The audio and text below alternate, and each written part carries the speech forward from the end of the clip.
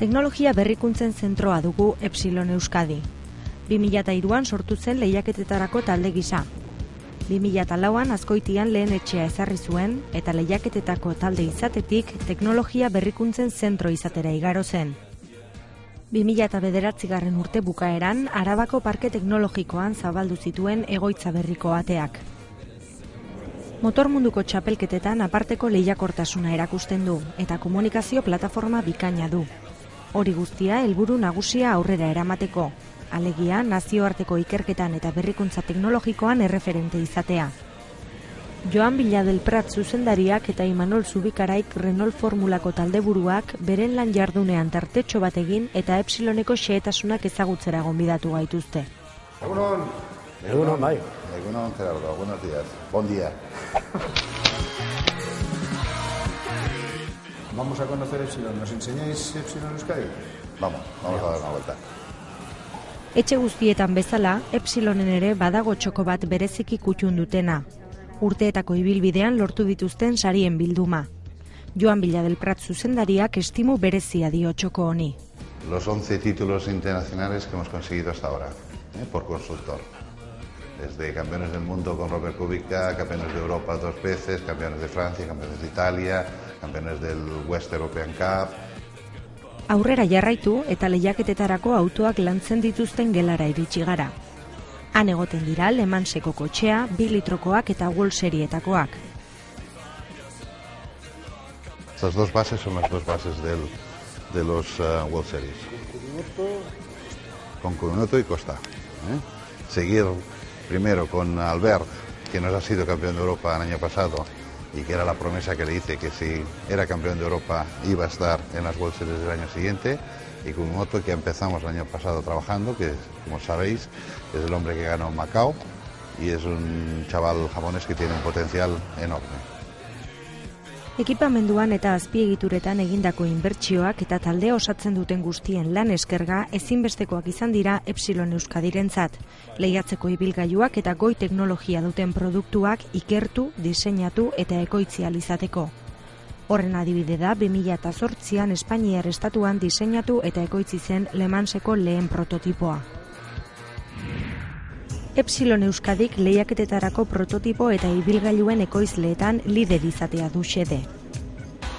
Traducimos el software del sistema CAD y lo trasladamos a las máquinas, los operadores de las máquinas hacen el programa, pones la pieza, sale la pieza.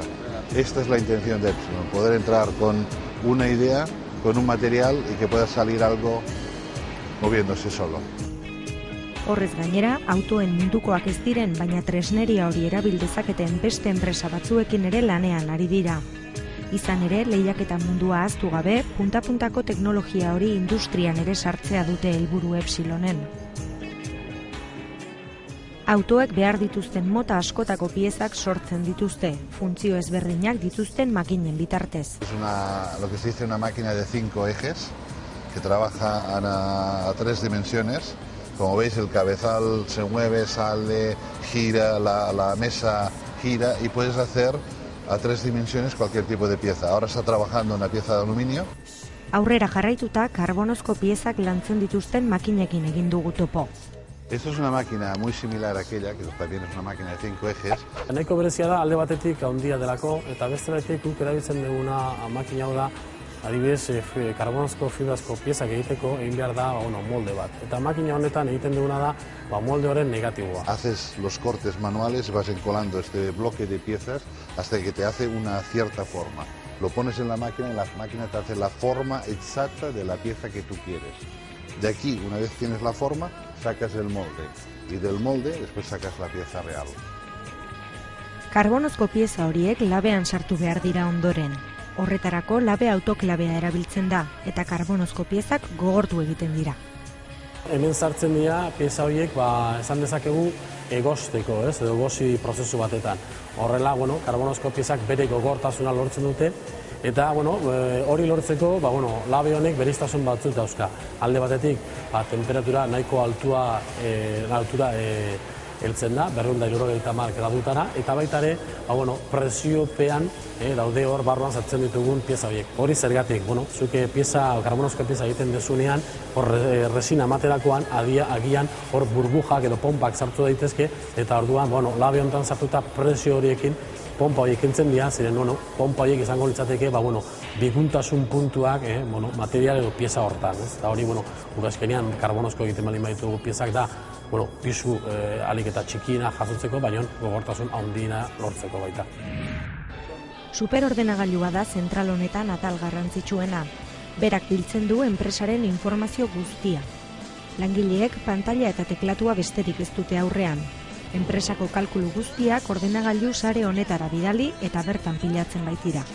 Capacidad de cálculo que utilizas para aerodinámica, para estudios de materiales, para estudios de esfuerzos, y aparte esto puede ser una línea de negocio para poder dar otras empresas en el mundo industrial que no quieran hacer la inversión que estamos hablando, que es una inversión de más de 10 millones de euros, y que tú puedas vender este servicio a esta empresa de decir, pues vale, pues por una semana estarás conectado a nuestro servicio de cálculo y tú puedas utilizar esta potencia de cálculo en tu beneficio.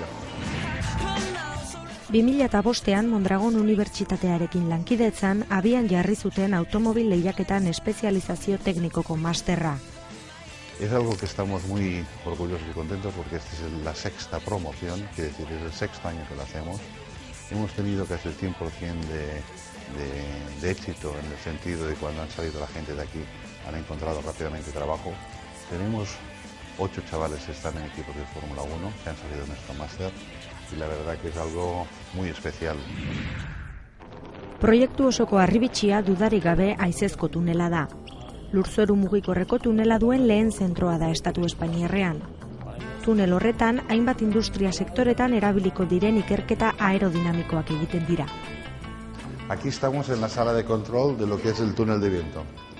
Aquí lo que hacemos es de esta parte de aquí abajo controlamos todo lo que es la máquina, la velocidad del aire, la velocidad del suelo, la posición del modelo, presiones, temperaturas, etc.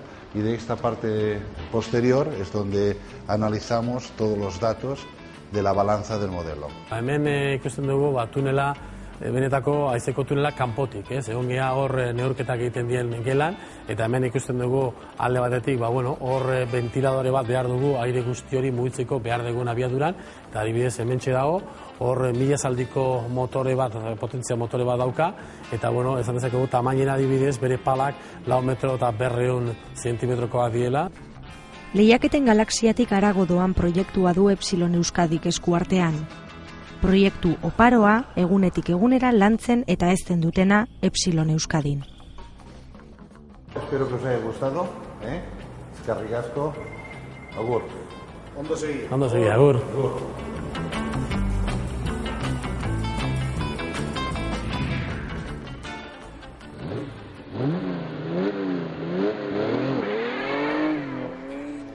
Efren Bazkezentzat urte egokia. Moto2 sortutako maila berrian txapelketa irekia eta Stoner Rossi lehia estua izango omen dira adituen esanetan 2010ko motoziklismo mundialeko ardatzak. Txapelketa interesgarria beraz Katarren hasiko den hau. Lasterketa politik ikusiko txortan.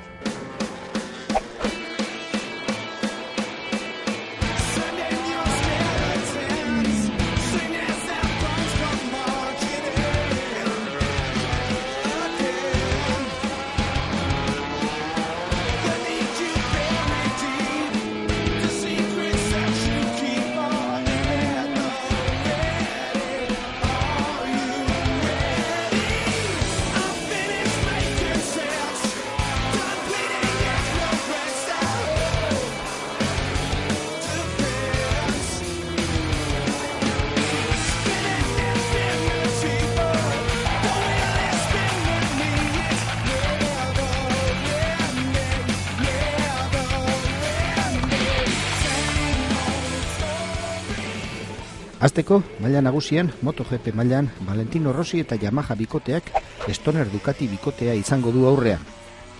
8 txapel irabazi dituen azeria australiar txikiaren kontra. Yamahak motorra ongi egina dauka, baina Stonerrek denboraldi atariko probetan txapela kentzeko moduko maila erakutsi du. Dena dela, denboraldi aurrekoak ez dira balekoak. Balekoak Katarren pista gainean ikusi eta gertatuko dira. Lehenengo gauze Yamaha motorra oso motorrona dauke. Valentino Jeremy Burgasekin landutako urtetan landutu den motorra. Stonerrek izan zuen bere arazoak izan zituen, baina arazo fisiko izan zituen.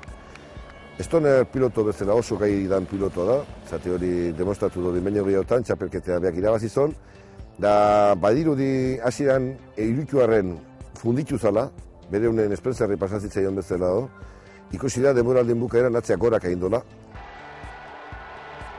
Yamaha eta Rossi bikotea indartsua da, baina Ducatik aurten lan handiak hartu ditu motorra gozotu eta gidatzeko errezagoa izan dadin. Rossi eta Stoner ez dira bakarrak jakina, baina gainerako guztien oso gainetik omen daude. Aurten kategori iriki bat, Rossik dauken guzti emango du, hasi-eratio, Katarretik ikasi eta Japon, gero Jerez, dauken guzti emango du, Lorenzo denboraldin hasieran lesionauta egon da, ikusiko du nola hasten da, denboraldin nola hasten da, Stoner indartsu. Hondak lan handiak egin ditu motor lehiakorra plazaratzeko, baina azken saioetan ikusi denez, oraindik ere galtza bete lan dute benetan aurrean egon nahi badute. Eiken nahi da apustu serioa, bai txasis mailan, bai suspensio mailan galdaketa handik inditu, baina denboraldi hasierako entrenamentutan da, ez du espirozan etekinik eta, oseak, netzako, Rossi, Yamaha eta Stoner. Dani Pedrosak zer emango duen ere jakin nahi da, MotoGPen dagoenetik ez omen da bere mailan ibili, baina badu oraindik zer erakutsi. Eta ikusi besteik ez dau, beha dala onda guztitatik onena, baina esaten du, txasis mailan arazo latzak izan dituen lehen urten, aurtenako txasisek eta aldatu ditue, suspensioak aldatu ditue, beti showak inibili die, aurten lehen urten hasi zen, Olinz egin hasi zen, Pedrosak eskatuta, Olinz egin da bizte. Pedrosak ezingo du onena eman, harik eta moto egokia izan arte. Bai Pedrosak ondari, eta bai ondak Pedrosari, azkeneko aukera eman die, elkarri. Eta aurten ondak dauken guzti jarri beharko du, Pedrosa motorran gainen komodo sentitzeko. Pedrosa behar du, motoa beha lasei eta guztua dijoan motorra behar du. Eta hori ematen ez dien bitarten, bere honen ez du emango. Moto2 maila berriak interes handia piztu du. Maila lehiakorra espero da, parekotasun handikoa. Motogile berri asko sartuko da lehian. Bakoitzak bere txasisa erabili ahal izango du, motorrak denak berdinak izango dira eta gurpilak ere bai. Guztientzat berdinak. Maila irekia espero da. 155 kiloko motorra. Motorra, CBR 600 RR motorra, prestatuta, eta emango iturrek 155-140 zaldi inguruko motor bat. Zentralitea dana berdine. Orduan, kurpilek dana berdine, dana du lopek egin dihazte. Orduan, horren neurrioiko reglamentu hori hola izan da, indana da, aukerea txasisek eiteko aukerea eta komponentek, norbean edituen komponente jartzeko aukerea. Orduan, iriki da ikertako revoluzio bat izan da, zate 100 eskari baino gehiago izan die, Moto2 parte hartzeko 100 eskari baino gehiago. Interesa handia piztu du maila berri horrek. MotoGP 125 superbaiketan edo superesporren ibilitakoen artean.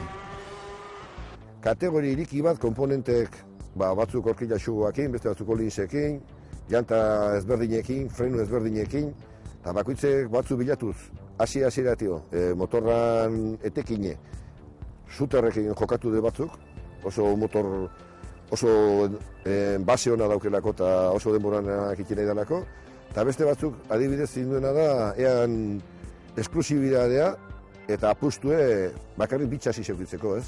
Da hori da, adibidez, azparrek RSV txasisekin indona, ez? Esaten dona, ondo baldin badi joan, netzako bakarrik, eta gaizki baldin badi joan, konponduko dugu. Eta orduan, kategori iriki bat. Moto2 mailako eredua azkenean, MotoGP-rako aproposa izango omen da. Lehia, parekotasuna eta ikuskizuna bultzatzeko hain zuzen ere. Eta hori guztia, gaur egun baino askoz ere merkeago. kategorie hain galesti bihurtu da, 800 motorroik hain berezi die, inkluso fabrikak eak ezin duen mantendu ean arteko teknologiko gorapen hori eta horrenak azkin kostok, ez? 125 Efren Vázquezek aurrean egoteko aukera handia izango du. Benetan bere urtea izan liteke. Egoera aurten inoiz baino hobea baita, eta pilotua gero eta helduagoa dagoelako. Pretemporada ha ido las cosas muy bien, hemos trabajado muy bien, no hemos tenido contratiempos, hemos ido rápidos en agua, en seco, con la pista fría, medio mojada. O sea que bueno, creo que estamos fuertes de cara a este año y lo que debemos de hacer es tomárnoslo con calma en el inicio de temporada y empezar lo más fuerte posible. Motorra bikaina da, puntakoa, berak ez du arazo fisikorik, taldeak maila dauka eta lehiakorra da. Ezin asko gehiago eskatu. Aurten Efrenek bere aukera izango du, atope, zati lehenko urten intzitun lanak eta denboraldin bukaerako goiko keien gantzatu zen, hasiera baten itzudiko denborak eta tarte gehiago atatzen zin, baina azkeneako lasterketatan gainen egon zen, eta aurten bere taldekidea Pol Espargaro, oso ona, Mar Márquez, baita ere hiruok derbik indihozte, apriliak dien motorra, baina derbi zenak indihoztenak, goi-mailako motorra dauzkie, denboraldi hasieran entrenamentutan bai Valentzien da bai Jerezen oso denbora honak inditu, eta hoikin batea Smith, hori Asparren taldeko pilotoa, hori lehen urte Julito Simonekin da oso debili izan, hori oso debiliko da, nik pensatzen dut lauden arte nengo dela lehia, eta ni ziur nau, Frenek aurten podio da paio dien bitira.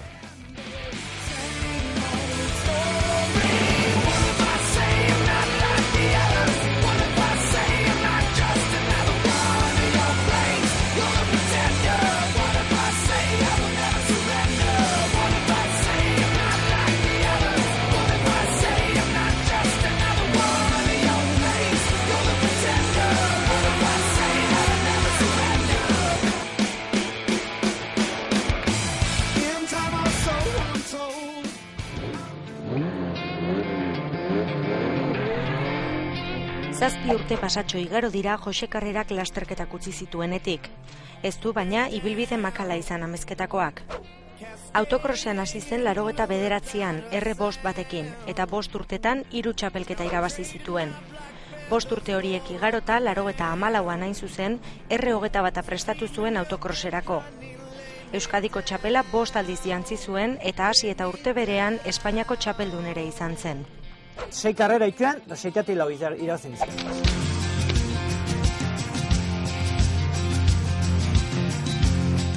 Da tantxon Espainiako txapeldun. Urte hortan, 90 kotxea hain eta aurruneko urtea. Probak egiteko denbora eta leku faltaren ondorioz, lasterketa bera baliatzen zuen autoa probatzeko. Asfaltoan R21arekin lehenengo, Renault Meganarekin gero. 21 egin pasatzen bezala Meganekin, Megan ere guen, kotxe bat egarri eta dena neon egin da. Dena neon egin eta betikoa, beti mejoratu nahi, beti probatzeko, beti karrera. Doi ez baita, hola ez dimaita, korritu. Karrera egun berrei korritzea. Karrera korritzea morrek eta gugutu inuzan, karrera probatzea eta aldan ondo nahitea. Hainbat urtetan korritu izan du, beti ere bere obra izan diren autoekin. Izan ere, ezerezetik hasi eta tailerrean orduak sartuta lasterketetako kotxea prestatzen zuen. Jose Karreraren inbentoak aski ezagunak bilakatu ziren. Bai, asko. Beti pentsatzen, ze hobeto nola ze jarrita. Nik egin deten guztia, dana neonek, hemen tailer hontatik genatata izan dut, dana neonek egin da. Hasi aurruneko kotxea eta azkenean. Netzago, ikorritzere onare, baina kotxea egin da gehola ibiltzea nik gehiago disfrutatzen. Neonek egin dago katxaro egin hola ibiltzea. Istripuen itzalak ilundu ere egin zuen Jose Karreraren ibilbidea. Urduñako rally sprintean izan zen 2002ko azaroan. Aurrena egin zegoen gasolina bomba izoratoz. Baliatu itizean, gasolia ez, bombai behin ez nian ibiltzen, baina egun hortan bomba eukinen. Bomba aldatu, da gero nitxoan kanbiore failatzezula. Da entrenatzen gebiltzela, sen nitxoan egioan nahiko pilotoi. hemen kanbio failatzen baigo, haze hosti hartu behar dena. Zean itxan, entrenatzen gehitzela. Da, alaxe paseuen. Hola zona azkar baten, sigarren velozian goazela, boskarrena botatzen hasi, da puntu nortu gaitu. Puntu gaitu ben, da, kabo, ja, bueltak ahun, eta han bukatu ben gure historia. Gidari, kotxe egile, laguntzaile, zer izango ote du gustokoen? Eitene asko disfrutatzen gustatu ikizaiak, eta ni hasi nitxoan ez-ezetik. Hemen lan hontan, ni lehenago horran ibitzen nitxoan, da hemen lanen hasi, eta ne honek kotxekin da saltxan da hasi, eta nik ikizitena hemen. Eitene gozatu ike, baina korritzen bai. Korritzea ere, beharra dek. Zer izango ote du ba afizio honek zale dena zale amorratua bilakatzeko? Ba, nezago lan bat eozin egiteztuna eta pixkat txeki da. Oso lan erresa ez dana. Berezi, pazientzia handikoa eta pixkat pentsatu beharreko lan bat. Gidari lanak utzita, lasterketak beste modu batera gozatzen hasi zen. Hala ere, bide ertzetik ez omen dira gauzak modu berean ikusten, eta bueltatzea tentagarria izan ohi da sarritan. Bai, tentazio da baino, lehenko kondizioten ez. Beti dana nehonek egin behar zerta denboraik ez, da hola ezinek, familiezeok eta haik, bakik, zerbait nahi die. Berriz itziek, esan ez korritzekoik, baina nik nehonek, ikuste, hola ezin dela. Hola ezin dela, gu nola ezkan aberatsak, diru hemendiken atatzeo eta aurrunarek lana eta familia. Azken urteak arratz txamarra izan zela ere ohartzen da Jose.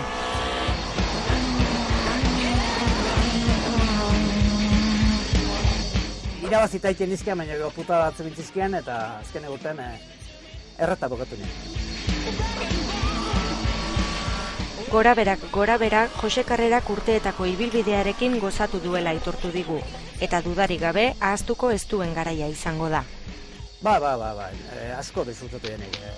Zirkuito batzutan ikeragarri, naiz da puskatu, asko disfrutatu denek karreratan.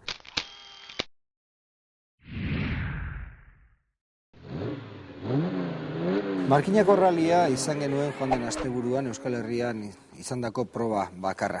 Bertan, euria izan genuen protagonistarik nagusiena eta borroka handia ikusi genuen Juan Luis Sarasola eta Enrique Arandoren artean. Azkenean, Bizkaitarra izan zen nagusitu zena, Juan Luis Sarasolak bere motorearekin arazoak izan zituen eta. Euria izan zen protagonista nagusia pasaden larun batez jokatutako Markinako raliaren aurtengo edizioan. Proba, 2 etapetan banatu zen, eta irteeran 19 kotxe bakarrik. Lehenengo etapa egun argiz jokatu bazen ere, bigarren etapa jokatu orduko juntasunak areagotu egin zuen lur bustiak eraginiko arriskua. Proba hasi aurretik, prestaketak, kotxea puntu-puntuan eukitzea funtsezkoa bai da. Lehenengo etapan Sarasola Renault 5 GT turboarekin izan zen azkarrena. Berak esan zigunez, ez zuen batera entrenatu lehenengo etapa honetan. Dena dela, ez zion aldean dirik atera bigarrenari, 2 segundu bakarrik. Bigarren postua Arandok eskuratu zuen, honek ere Renault 5 GT turbo batekin. Hasieratik Arandok erasoari ekin zion Sarasola gainditu nahiean, eta erregulartasun handia azaldu zuen. Lehenengo etapa honetan, 3. postua Etxeberriarentzat izan zen.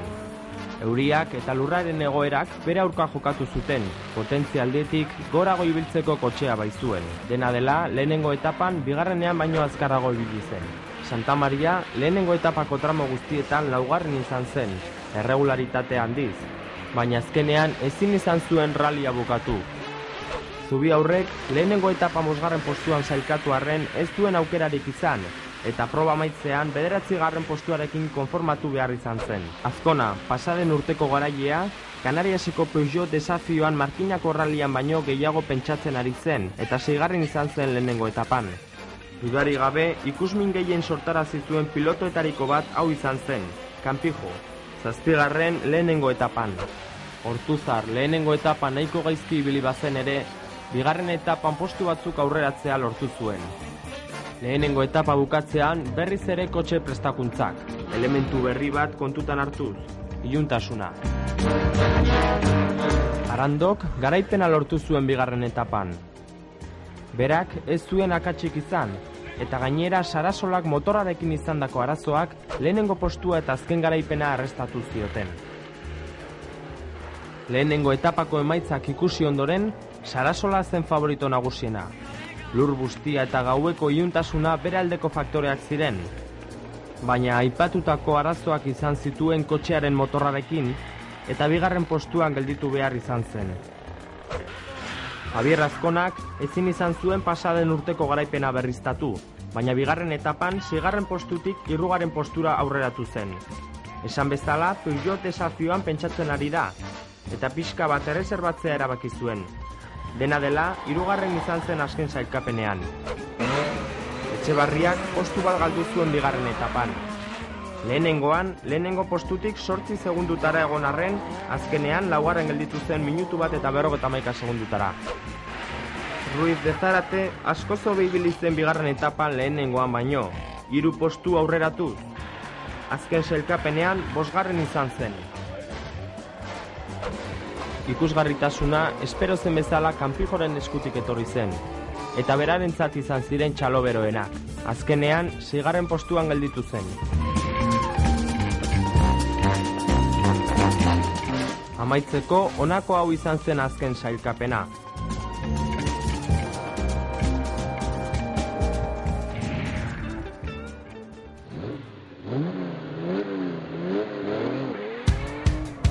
Korritu dute dagoeneko bat formulako munduko txapelketako 3. lasterketa, Malaisiako sari nagusia hain zuzen. Talde guztien artean adostu aldute lasterketaz lasterketa podiumeko postu gorena txandaka hartzea, ez dirudi probetxuzko estrategia izan daitekeenik, baina 3. lasterketaren ondoren dena dago erabakitzeke aurtengo munduko txapelketan. Oraingoan Red Bullak izan dira nagusi, Vettel lehen postuan eta Weber bigarrenean. 3. Rosberg Alemaniarra, orain artekoetan itxura bikaina ematen ari den gidari gaztea. Sailkapen orokorrean Masak hartu du lidertza. 3. lasterketan 7. sailkatuta 39 punturekin da Brasildarra. Atzetik Alonso eta Vettel ditu 37 puntura berdinduta, eta Baton ere gertu da 35 punturekin. Kotxegileen sailkapenean Ferrarik segitzen du lider, azken lasterketan emaitza oso onak lortu ez dituen arren. Izan ere, Alonsok motorea hautsi eta ezin izan zuen lasterketa amaitu. McLarenekoek puntuak batzen jarraitzen dute, Hamiltonen 6. postuarekin eta Batonen 8. Force India, Toro Rosso edota Williams talde berriak ere pozik egoteko moduan dira. Puntuak eta sistema berriaz baliatu zakua betetzen doaz eta. Munduko txapelketa Shangaira abiatuko da apirilaren 18an izango baita 4. proba, Txinako sari nagusia hain zuzen.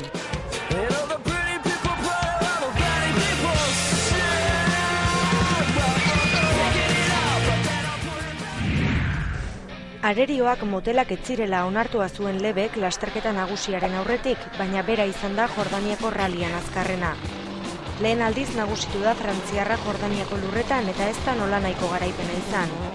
8 zatietatik 4 nagusitu izan zen, denboraldiko 2. garaipena eskuratuta eta sailkapen orokorreko errenta handitu. 2. sailkatuak, Harimati Latvala finlandiarrak baino 25 puntu gehiago ditu eta.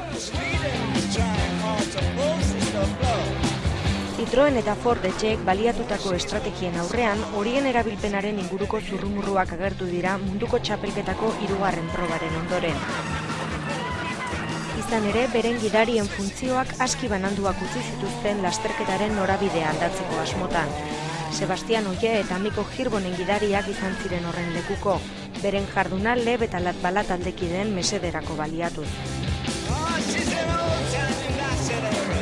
Estrategiak jokoaren parte dira eta horiek baliatzea ondo egon daiteke batzuetan, baina hainbat gidari Leb tartean ez dira estrategia horiei protagonismoa ematearen aldekoak. Hala ere, frantziarra pozik egongo da bere garaipenarekin, baita Fordeko Harimati Latvala ere. 2. postua bereganatuta, 25. urte betetzea ezin hobeto ospatu zuen eta. 3. Peter Solberg sailkatu da.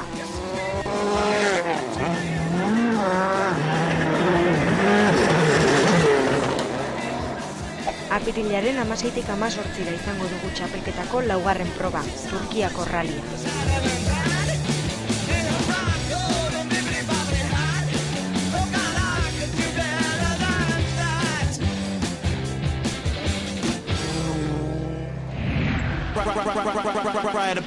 Le Mans seriak hastear dira.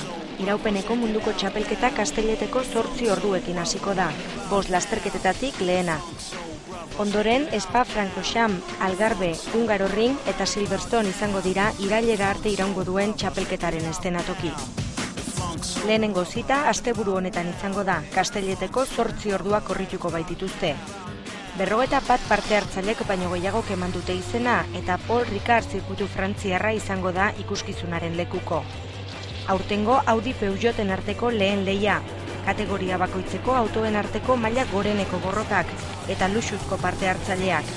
Jean Alesi, Giancarlo Fisichella, Oliver Panis eta Nigel Mansell beste batzuen artean. Stefan Sarrazin gidariare bertan izango da. Eskarmentu dun gidaria azken hau zeresana emango duena eta talde frantziarrarentzat apustu bikaina. Ford Formula, 3 Formula Euroseries eta iraupeneko klasikoa. Apirilaren 9-tik 11-ra, Kastelleteko 8 orduak.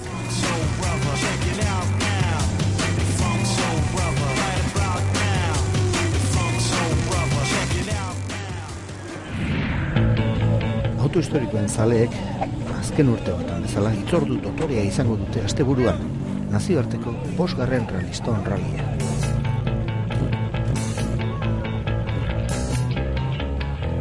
Real Peña Motorista Bizkaiak antolatutako proba, ostiral larunbat eta igandean jokatuko da.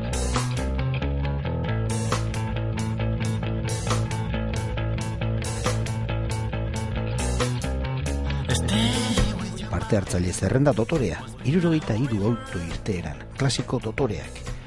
Erregulartasun proba izango da, ez abiadurakoa. Parte hartzaileek beraz, trafiko irekian lehiatu behar dute, trafiko arau guztiak errespetatu.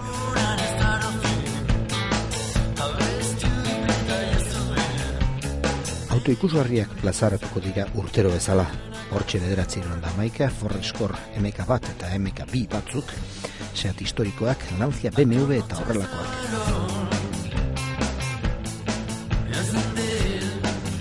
Kotxeek 30 urtetik gorakoak behar dute.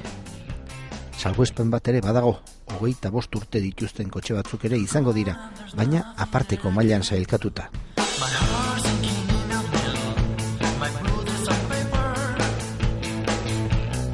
Ibilbidea, jakina, sekretua da. Ezkutuan gorde dute antolatzaileek azken ordura arte.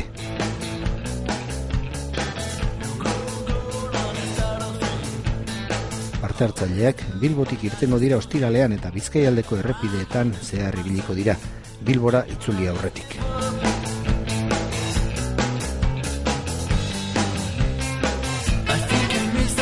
Larunbatean Bilbotik abiatu eta Kantabria aldean ibiliko dira, Santander eta Ampuron bukatuko dituzte eguneko lanak.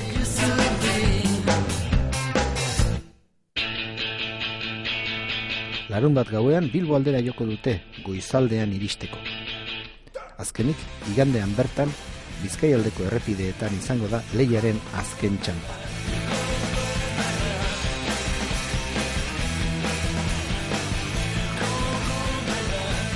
Auto zaharren zaleek badute ba, nora jo asteburuan.